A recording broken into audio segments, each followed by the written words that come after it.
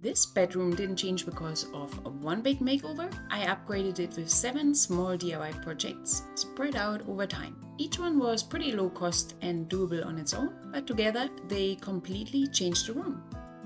Let's start with the biggest visual change, the Limewash Accent Wall. I still had a tin of mineral lime wash paint left over from another apartment project. I love this paint, it's super easy to use. Some quick prep, cleaning the wall, taping the sides and everything else that you don't want painted. The mineral paint slowly reacts with air as it dries, so lighter and darker patches will appear over time. And that's the wall finished. The whole thing took about 75 minutes of painting, under 4 hours start to finish. It cost me only about €8 since I didn't need to buy the paint, just a brush and some tape. Next up was the headboard. I'd actually started that before painting the wall.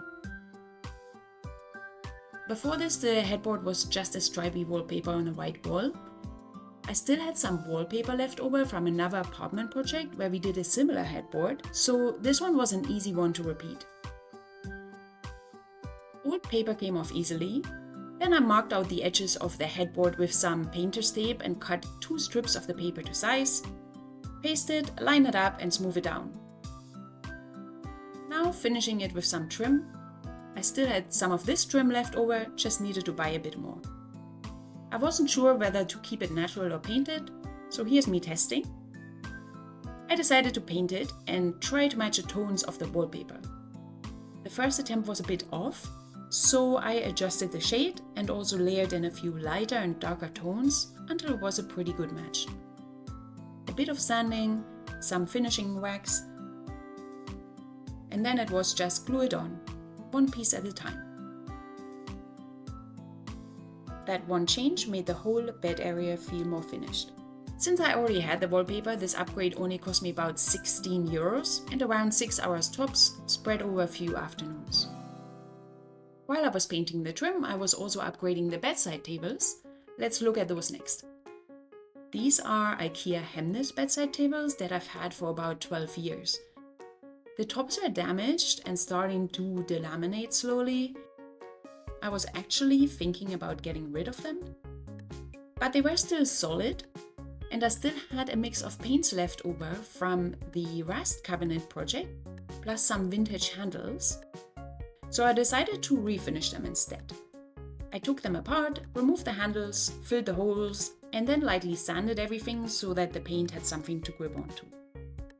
The painting process was similar to the headboard trim. I just layered different shades of grey and beige, trying to hit some of the grey tones in the headboard. Then I lightly feathered in a couple of darker and lighter tones. My plan was to later reveal different layers with sanding, aiming for a worn vintage look. Here's the final round of sanding, plus a couple light touch-ups. With that done, I sealed everything, the sides with finishing wax, the top with a matte varnish. Then I added the new handles and put the tables back together.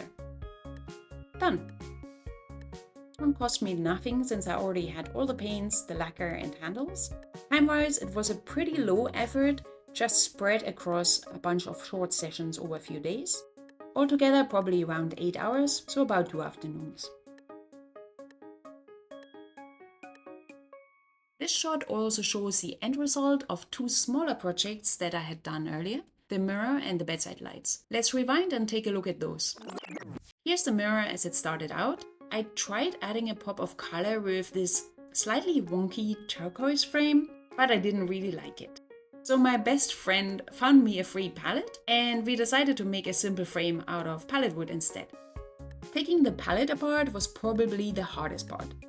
After that, it was just a case of picking out 4 nice planks, sanding them down, and a little sunset varnish session.